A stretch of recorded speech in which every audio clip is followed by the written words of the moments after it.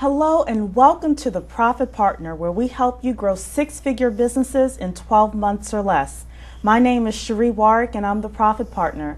And I'm very excited today because I have the pleasure of introducing to you Bob Yeomans of RP Investments. Bob Yeomans is going to share with us today about real estate investing. What is real estate investing, how we can get involved with it, and some of the tips and traps that we want to avoid when doing real estate investments. Welcome, Bob. Thank you, Cherie. Tell us a little bit about yourself and your history with real estate investing. How'd you get involved with it? Actually, I started investing back in Canada at the time, back in the mid-80s. Owned a couple of rental homes through townhouses and things like that, rented those out. Then we created syndication and we bought some land. From that land we put up a little mini mall, and then it sort of blossomed from there. And at the time I was in a 9-to-5 job, and the job took over until probably the early 2000s, when I could see a decline in the telecommunications market and I wanted to do something different. So I wanted to bring my experience back into real estate, especially the investment side. However, I became a realtor, doing real residential properties in both Virginia and Maryland. And it sort of grew from there that I did the residential side on my real estate side, and got involved with commercial buildings, especially apartment buildings that are 100 units plus. And so on the investment side, that's what we concentrate on. That's what I call our niche in the market. Okay. So tell us a little bit more about, first of all, I have to comment on your accent because everyone is wondering where this wonderful accent is coming from. Where are you from? Originally from England. Okay. But we actually emigrated to Canada back in 1978. Wow. And people always comment that, Bob, you're Irish, you know, top of the morning to you and the rest of the day to you. But in fact, it's from England, and people get confused because I say my R's. And the reason for that was that when we emigrated to Canada, my daughter was 1 year old at the time. And she'll hate me for telling you this story. But go ahead. Her name was Claire, and all the neighborhood kids used to come around and say, "What's your name? What's your name?" And she would say, "Claire." And the neighborhood kids would say, "What? What?" And eventually she went for speech therapy, and the therapist came to us and said, "Bob, it's no good me teaching Claire how to talk properly. If at the supper table you're going to say, 'Claire, come for supper.'" So I learned to say my R's. And there's an old saying in England actually about the T's and the R's. Don't say butter, say butter. Butter. It sounds better. So tell us a little bit more about real estate investing. You know, we see the infomercials. We see you can make $1 million from this one transaction with the guy sitting on his boat. Right. How does it really work? Those infomercials don't really work. Buying and selling real estate is not a get-rich-quick scheme. You know, you have to build it up. When I actually started in the real estate investment side, especially on commercial properties, I had a partner. And we went on for probably about 2.5 years, and my partner wanted out. He wanted me to buy him out because he couldn't see an end to it where we were going to make our profits. And I persuaded him to stay in. 6 months later, the market boomed. And off it went, and we started making positive cash flow, and the equity in our building started going up. And that's and then very he called important. me, and then he called me and he said, "Bob, do you realize how much taxes I'm having to pay this year?" And I said, "Yes, but look at what you've got in your bank account." And you know, it sort of blossoms. It takes time to build your portfolio, to build your equity, but it sort of takes off after a while. And it's very interesting you mentioned the downturn is that, as a real estate investor, if you're going to actually have money in a building, you have to be able to forecast not having that cash flow for a while until the market does That's right. does increase. So you don't want to put your mortgage money or your rent money or No, I mean, I would never advise anybody to take out a second mortgage or whatever on their house to put into a real estate investment, especially if they don't know the current market conditions. Each real estate market, it's just like night turns into day, day turns into night, and the oceans have their high and low tides. Real estate also has its own cycle and phases. And if you know how this cycle works, then you're at an advantage to a lot of the other investors out there. Think about, especially in the DC area, think about all the investors that bought in around 2002, 2003. A lot of those went into foreclosure.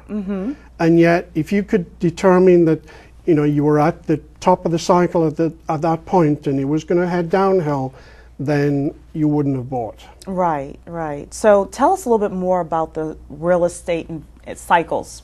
What are they? Okay. You can think of a real estate cycle just like a roller coaster. It has its downs and it has its ups. And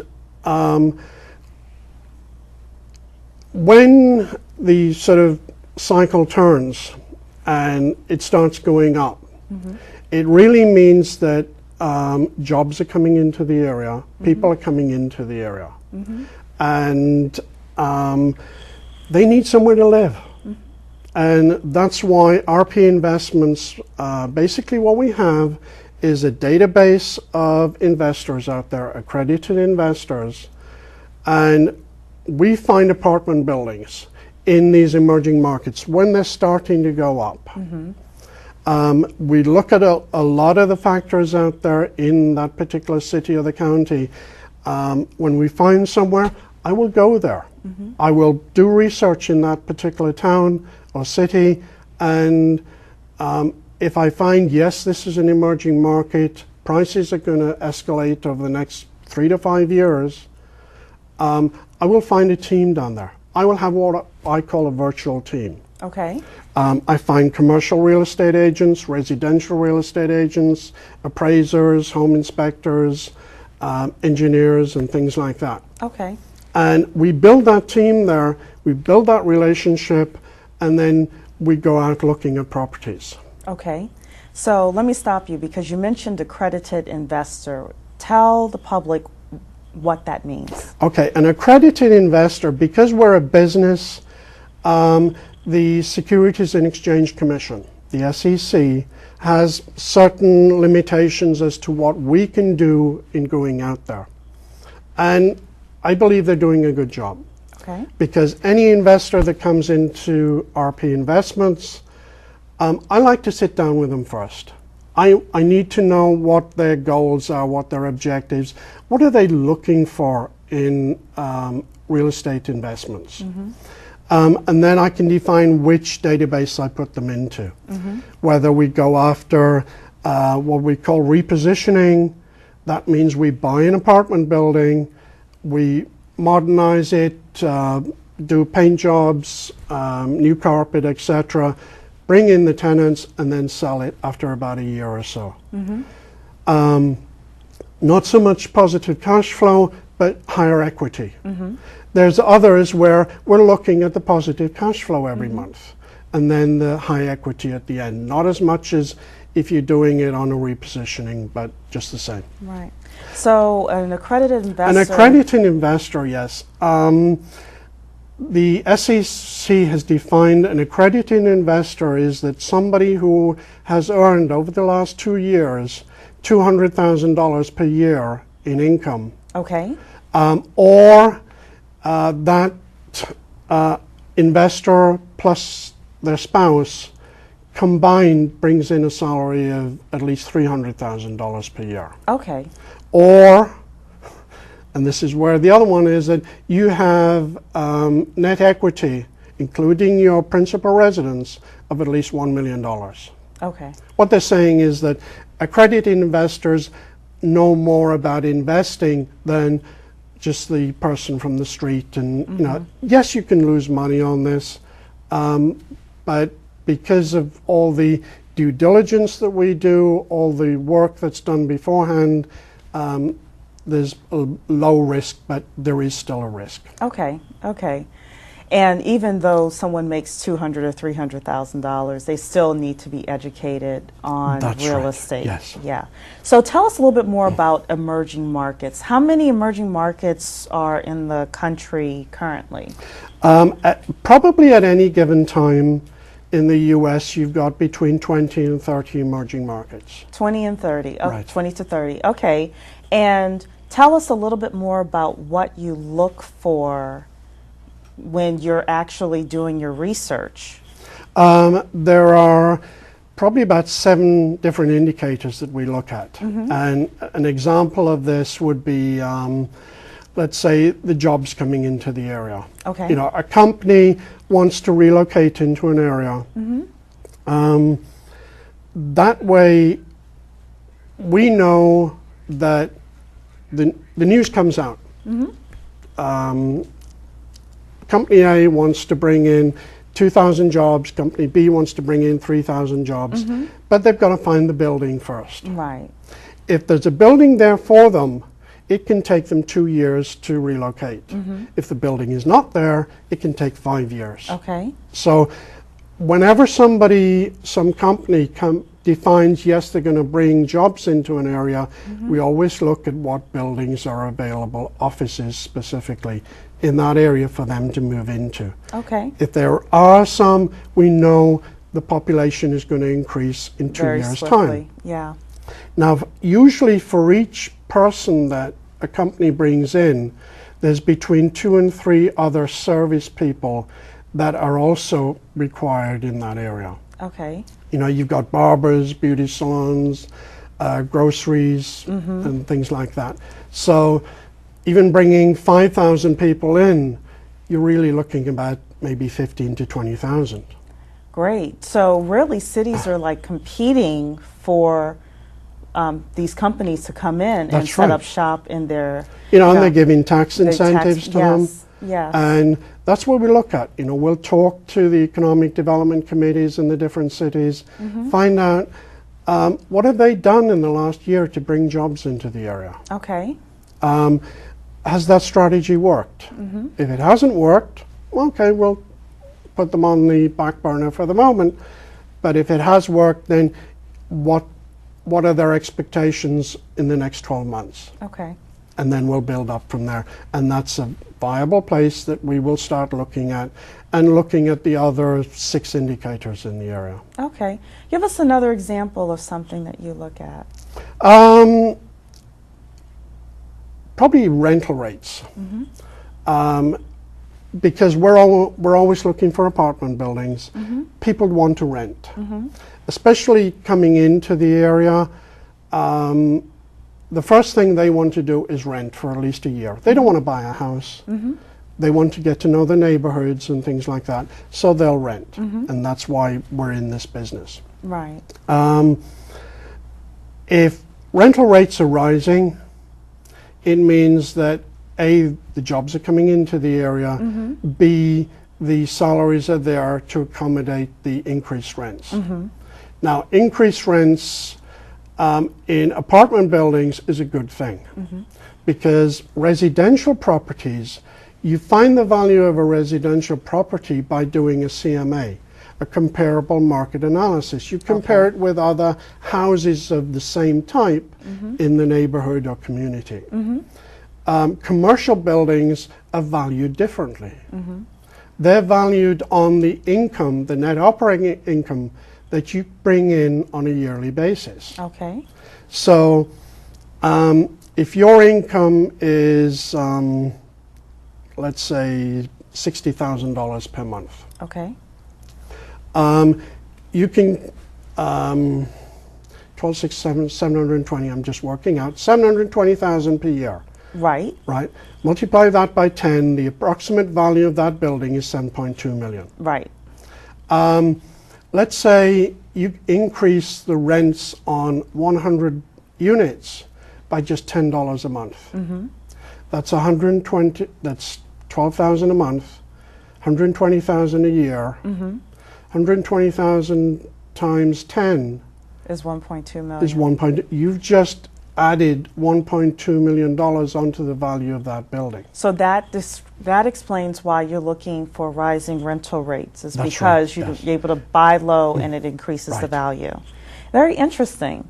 So tell us a little bit more, maybe about a success story that you've had in regards to your company. Okay. Actually, we were looking a little while ago at the Raleigh-Durham area, Okay. specifically. I know that was very hot like a couple of years ago, Yes. right? Yes. And we bought an apartment building down there. At that time, we weren't actually quite looking for 100 units plus. This was a 32-unit apartment building. And we bought it, and then we always look at what value add we can put into that building. There was some spare space next to the building that we rented out to a cellular telephone company. Okay. So they could put up their satellites, Right. or their local, whatever they're called. Yeah, like the utility pole No, thing. the towers. Okay. Okay. And the rentals on those are about $10,000 a month. Okay. For the So telephone that was company. another $120,000 a year that we gained in revenue for our investors. We had some spare space down there, so we thought, okay, maybe we could put in a video arcade or a laundry room, or what we actually eventually went for was a gym training center type thing, where we put in weights and things like that. Everybody loved that, and that increase we could add to the rent based on that. Right. Video arcades, we always find that there's always damage, there's always problems coming up. You know, this video doesn't work, that one doesn't work, so it's a constant headache, basically. Laundry rooms, we actually went in and to all those units, and we put in washers and dryers in every unit. And by having that as well, and people didn't have to go to the local laundromat, they could do their own laundry in-house, and they just loved it. Yeah, because And that's what we're looking for, is if we can keep our tenants happy, you know, we'll have a pizza party every 3 months or so. right, and keeping them in the units longer, because if you don't have the turnover, then that increases your revenue. That's right. Right, that's just like any business. Right. You want to keep the Yes. clients as long as And possible. even, Sherry, even if some of the tenants do leave because they may relocate to somewhere else, you've now got somebody in your apartment building that'll go to their friends down the road and say, this is a great apartment building, why Right. don't you come and live here? Right, right. So it's really about building community, and it's very important to people to That's feel right, like they yes. have some community, you know, whether you're single or married with Right. kids. Well, I'll tell you, there was another one once that actually we were looking at, but we didn't sort of go ahead with it. We wanted to buy some small units in a particular development. Modernize these, completely modernize them, and then have our own HOA. Okay. And other people would want to join the HOA, but they couldn't do it unless their buildings came up to a certain standard. Okay. That was one of the ideas that we came about on this. We would actually offer some of the units to the local police department because they're not paid as much. Right. And And it helps too. That's right, yes. Yeah. So One thing with the Profit Partners, we help people to grow six-figure businesses. Let's say that a person is not accredited, but they still want to become involved with RP Investments. Is there a way for them to do that? Yes, there is. Okay. Actually, as I said, we've got databases of different investors out there. Those accredited investors, we are looking for the 100-unit plus. Now and again, we'll come across a property that's only maybe 30 units. We don't need as much investor money to get into this deal as the larger units. Because on the larger units, with the accredited investors, we're looking at $100,000 minimum.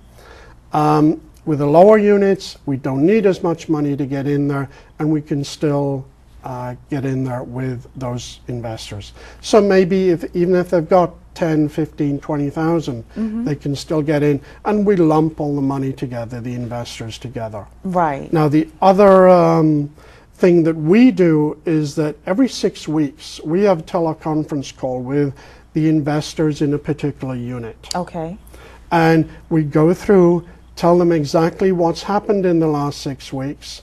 You know, maybe we need some landscaping done. Maybe we need a new roof. We'll go through all those items. We'll let them know how much income we're getting in on a monthly basis. The income checks for the positive cash flow, they're mailed out to our investors every 3 months. But every 6 weeks, as I say, we have this teleconference call. And we do that with the smaller units as well, but we limit that to probably once every 2 months. Okay. And I like the concept of that because I know personally, I like to know what's going on. Even if you say, you know, we just need some landscaping done, it kind of keeps me in the know. And I imagine right, yes. your other investors are the same way. Like, okay, this is chugging along versus you getting that surprise. Right. Because I know one of the packages that we put together when we actually go after a building, we go into the databases, we call the people that in this particular database that are interested in this type of property. We'll call them and say, are you interested? Yes, you are. We send them a portfolio package of that apartment building, the demographics in that area, why we think this is a good deal, and all the numbers. Okay. So that they can review that, and then during that 6-week call, every time afterwards, we go back to that and say, well, you know, we promised you 18% cash on cash return. We're actually running about 18.3 or 19%. Right. And again, it's just that check. That's right. The check, yes. And my philosophy is that to promise my investors something and to exceed that promise so that there's a better return from them down the road. Now, is 18% pretty standard? You mentioned 18%. Is that pretty standard? Usually it's cash on cash return. You're probably looking 15 to 20%. Okay. Sometimes we'll go up to 25% if it's a really good property. Well, it's better than a CD. Right. Much, much better. But it's also, is it illiquid, meaning, you know, once I'm in for like 10 years? Or No, actually, we always, it is a requirement, again, with the Securities and Exchange Commission. If an investor wants out at any time, we will buy them out. Okay. Okay. And because you have a database, you probably have someone that Yes, will want to. We're always looking for investors to add to those databases and build up our portfolios that way as well. Okay. Now, in our pre-interview, you talked about goals, and you sit down with the investor one-on-one and you discuss goals, whether they want equity or cash flow. I'd like to, you know, one of our final questions here, ask you about that. Tell the audience what you mean by that and how you help people map that out. Okay, what we usually do is we'll sit down one-to-one like we're doing here, and I find out what your expectations are. You know, are you looking for a quicker return than usual? And to do that on, let's say, 100-unit apartment buildings, we do what we call a repositioning deal. Okay. That means that it's usually a Class A property. That means something in the high end. Like in a this luxury? area, you're probably looking at McLean or something like Yeah, that. like luxury. Yes. Okay. That needs some work doing to it. It's had some deferred maintenance, and we will go in and we will either relocate the tenants to another unit there while we're modernizing their current unit, and then we move them back again. And then we keep doing that. And once we've done that, we'll turn around and we'll sell it. Okay. During that initial term, you're probably looking at not much cash flow coming every month, Right. because it's the equity right at the end. You've bought it for this price, you're going to sell it for this price. That's where you're making your money. It's done in about a year's time. Okay. The other type of units that we go in for, we usually hold on to them for 3 to 5 years. Okay. And that's where you're getting your positive cash flow every 3 months. 3 months, okay. But it's every month that we get the checks in. And then when we start looking at the market and we say, this market's about to change, we go in and we sell it. Okay. A lot of investors don't like to do that, but we explain to them, look, you've had positive cash flow for the last 3 years. That cash flow, if you hold on to that property for too long, the rents are going to start going down. Right. Right. And let's sell now. We sell for a profit. We take the equity. You can have that back in your own pocket, or of course you can put it into a 1031 exchange and you can buy more properties. Okay.